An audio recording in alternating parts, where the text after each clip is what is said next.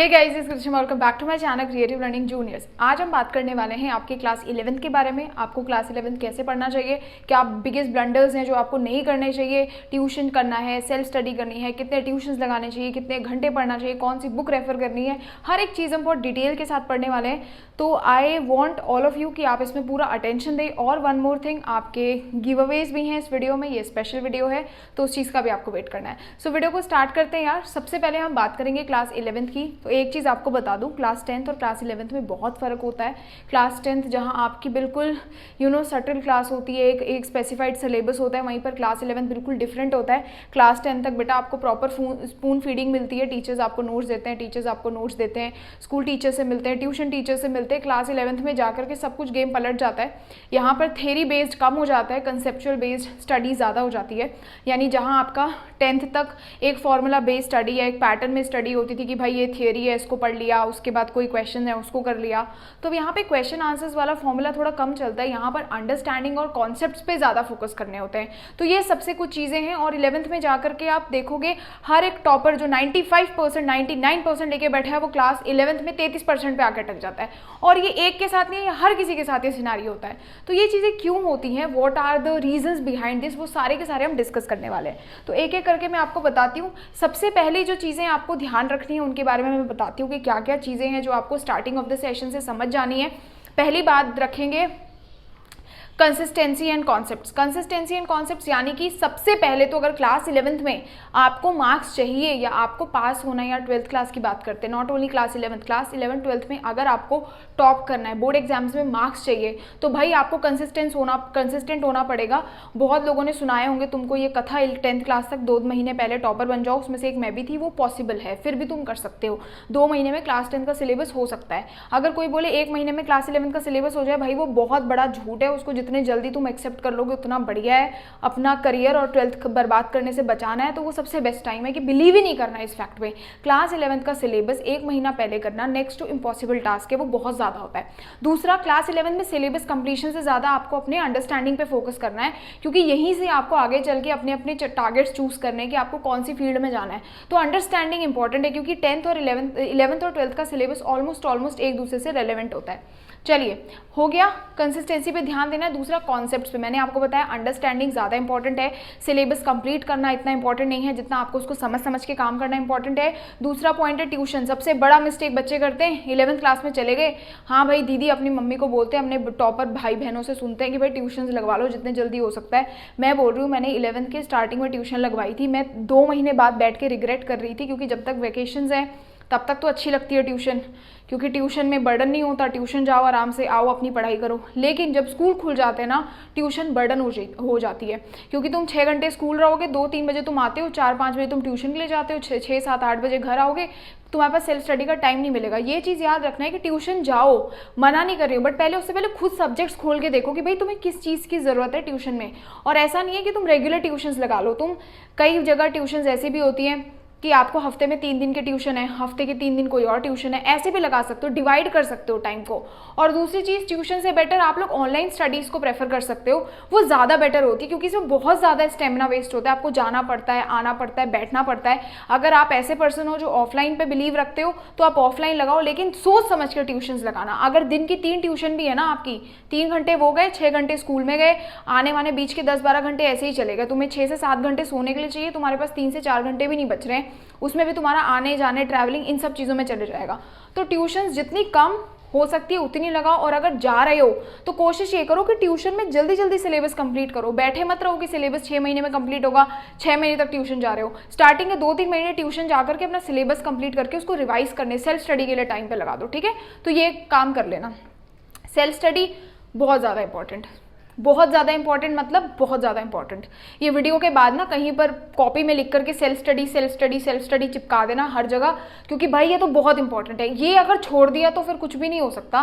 Tuition पढ़ लो, doesn't matter तुम कितने अच्छी ट्यूशन जाते हो, वो चाहे तुम्हारे शहर की सबसे बेस्ट ट्यूशन ना हो या सबसे बड़ा एजुकेशनल प्लेटफॉर्म क्यों ना हो जो तुम्हें पढ़ा रहा हो ऑनलाइन, लेकिन जब तक सेल्फ स्टडी नहीं करोगे तुम्हारे दिमाग में कुछ घुसेगा ही नहीं। क्योंकि यहाँ पर 11th से गेम यही है, 11th से स्पून फीडिंग का काम नहीं, तुम्हें खुद के कॉन्सेप्ट्स खुद से समझने पड़ेंगे। जाएंगे। तो it's very very important to devote your time to self study, और सेल्फ स्टडी मैनेज्ड तरीके से करनी है, उसके लिए पैटर्न बनाना पड़ेगा, वो मैं आपको आगे बताऊंगी।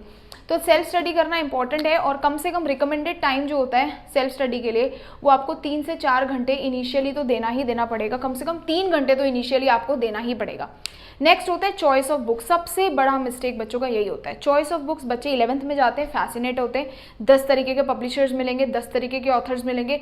आपको 11th में बिना रिफ्रेशर्स के काम नहीं होता। 10th तक आप NCERT पढ़ के भी पास हो जा रहे थे, 11th में भी हो जाओगे, लेकिन अब आपको डीप स्टडी चाहिए, आपको कॉन्सेप्ट समझने पड़ेंगे, आपको अंडरस्टैंडिंग बढ़ानी पड़ेगी, ठीक है। उसके लिए आपको रिफ्रेशर्स चाहिए, और रिफ्रेशर्स ही नहीं चाहिए, आपको अच्छी रिफ्रेशर्स चाहिए जिसपे अच्छा नॉलेज हो। 10 तरीके की मिलेंगी आपको। तो चॉइस ऑफ बुक्स इंपॉर्टेंट है, ये तो आपको प्रायोरिटाइज करके चलना है कि भाई NCERT प्रायोरिटी है, लेकिन केवल NCERT ही है वो गलत है। यहाँ पर ये गेम नहीं चलती बेटा, यहाँ पर रिफ्रेशर्स और गाइड होना इंपॉर्टेंट है।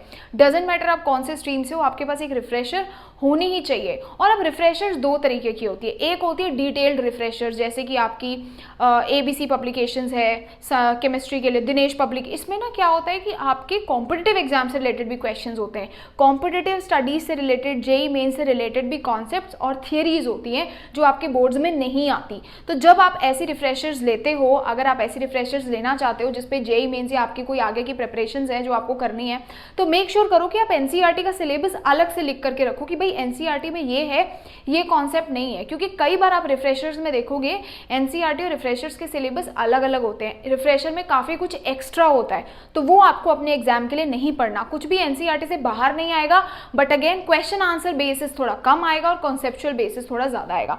तो उसके लिए रिफ्रेशर्स लेते हुए ये चीज़ आप पहले से दिमाग में रखना, या तो प्रॉपर NCERT बेस्ड रिफ्रेशर्स ले लो जैसे आपकी ओजवाल्स या अरिहंत की होती है, या तो आप प्रॉपर टिपिकल जो होता है अपने कॉम्पिटिटिव लेवल की ले लो, JEE मेंस लेवल की। बट याद रखना उसमें JEE मेंस लेवल की बात हो रही है तो कुछ कुछ सिलेबस एक्स्ट्रा होता है, कुछ कुछ कॉन्सेप्ट्स एक्स्ट्रा होते हैं, कुछ कुछ न्यूमेरिकल स्टफ होते हैं जो होने नहीं चाहिए। तो वो चीज़ आपको दिमाग में रखनी है। और गाइड इंपॉर्टेंट है, बिना गाइड के स्टार्ट करना बेटा बेवकूफ़ी है, जितने जल्दी समझ जाओगे उतना बेटर है। रखनी पड़ती है कोई ना कोई हेल्प बुक बेटर अंडरस्टैंडिंग के लिए, ठीक है। और दूसरी चीज़, अगर आपको चाहिए कि 11th के लिए कौन सी बुक्स बेटर है, आप मुझे बता देना, मैं ज़रूर वीडियो बना दूंगी इस पर। चलिए नेक्स्ट है नोट्स के बारे में बात करते हैं। अब नोट्स क्यों इंपॉर्टेंट है भाई? नोट्स बहुत इंपॉर्टेंट है। क्लास 10 तक तो तुमने बोला अरे सुरेश नोट्स बनाए हैं, लाओ दे दो, सुरेश के नोट्स टपका दिया। अरे नेहा तो टॉपर है, आ जाओ बेटा नेहा टॉप, बस। कृति दीदी, अरे कृति दीदी महान, कृति दीदी की जय, नोट्स छापे तुमने, बस चलते बसे। ऐसा नहीं होता बेटा क्लास 11th में, क्योंकि तुम्हें अब आगे अपने फ्यूचर की भी बात करनी है, तुम्हें पता होना चाहिए। अभी से रेस में लग जाओ तुम, मैं बता रही हूँ, तुम्हारे जितने मर्जी टॉपर रहे हो तुम 11th में आके बेटा सब बेस लाइन पे हो जाते हैं, सब बराबर हो जाते हैं। तो तुम्हें ये चीज़ याद रखनी है, नोट्स जब बनाओगे वो NCERT और कॉम्पिटिटिव दोनों के बनाने पड़ेंगे। अगर NCERT बेस्ड नोट्स बना रहे हो तो NCERT की पढ़ाई अपने कॉम्पिटिटिव की पढ़ाई से अलग रखो बेटा। कई बार मैंने बच्चों को देखा है जो एक साथ पढ़ रहे होते हैं, उनको समझ ही नहीं आता उनके NCERT सिलेबस में क्या है और नॉर्मल कॉम्पिटिटिव एग्जाम्स में क्या है।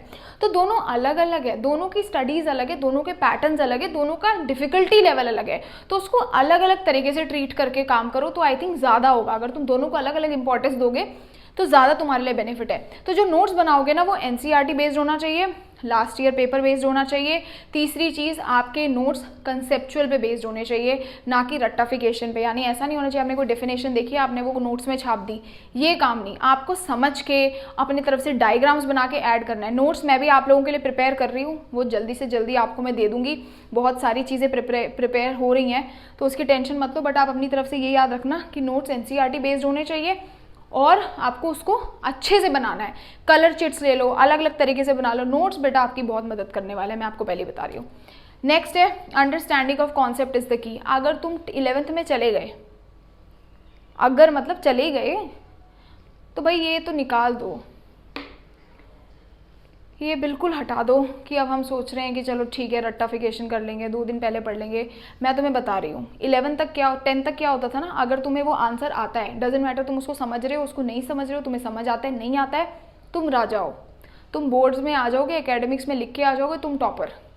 तुम्हें लगेगा भाई बस हमारे से आगे कोई है नहीं, यहाँ आके सब पता चलता है। जितना समझ के काम करोगे, मैं तुम्हें बता रही हूँ, फिजिक्स का जब पहला पेपर दोगे ना क्लास 11 का, जब न्यूटन लॉज ऑफ मोशन और ऐसे गंदे गंदे चैप्टर्स आएंगे।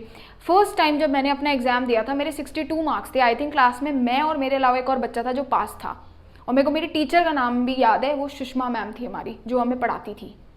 अब तुम याद रख लो कि फिजिक्स में मेरे 62 मार्क्स आए थे, 62 63 मार्क्स आए थे 90 नंबर के पेपर से। पहली बार इतना डाउन स्कोर, उसमें भी पता नहीं चल रहा था कि मैंने किया क्या है। पेपर आया, मैं बस बैठी हुई थी, मैं देख रही थी कि ये पेपर आया कैसे और उसको करना कैसे, और मैं बिल्कुल ब्लैकआउट थी।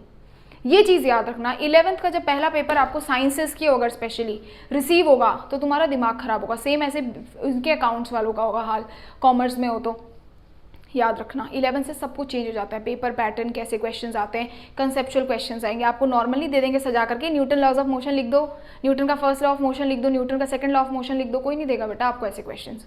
घूम फिर के क्वेश्चंस आते हैं आपके, इतने इतने चैप्टर्स हैं स्टार्टिंग में कि आप सोचोगे ये क्या चल रहा है मेरे साथ। मेजरमेंट यूनिट्स है, MLT -1, ऐसे ऐसे डायमेंशन है आपके, वो आपको भाई समझने ही पड़ेंगे, रट सकते ही नहीं हो तुम 11th के सिलेबस।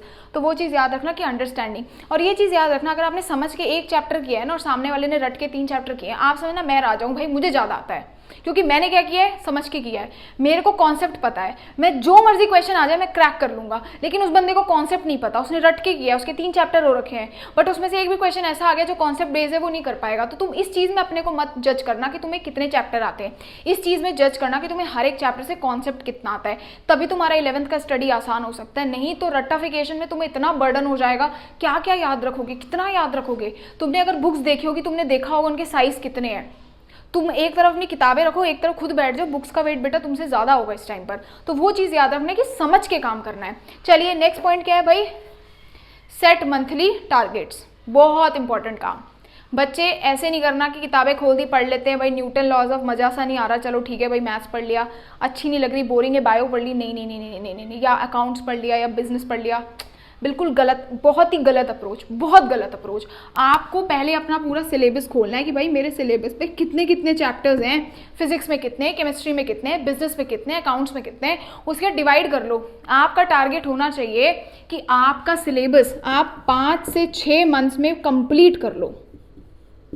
5 to 6 मंथ्स में आपका पूरा सिलेबस कंप्लीट होना चाहिए A to Z।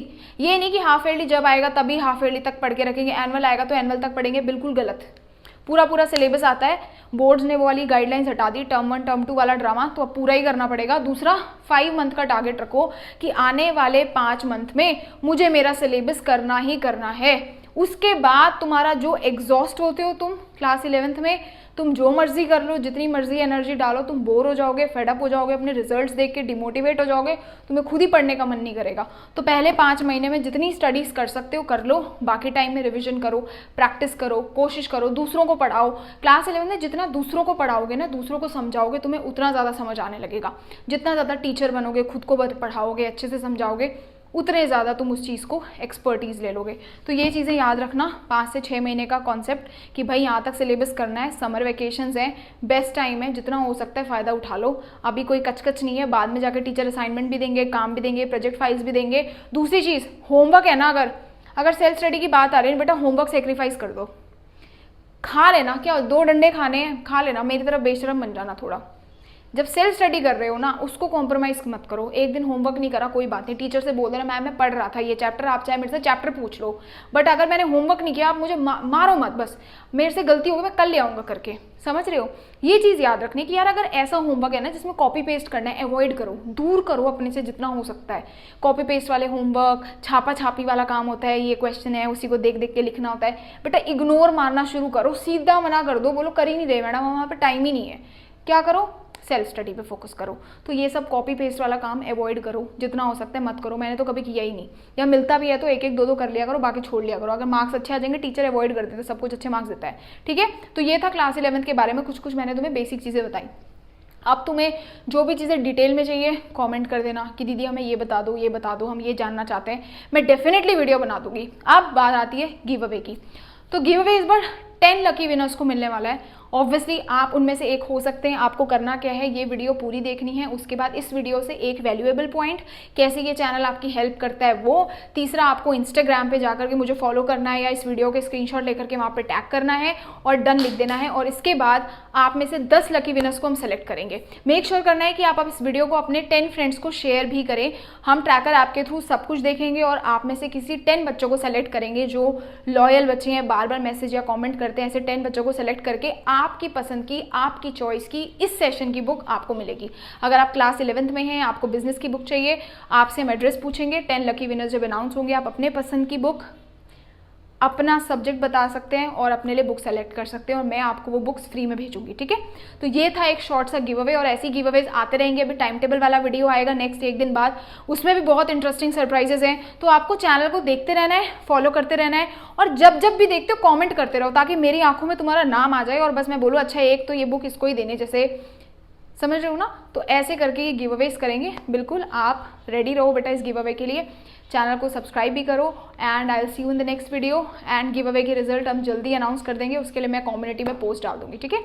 तो तब तक के लिए bye bye everyone, love you.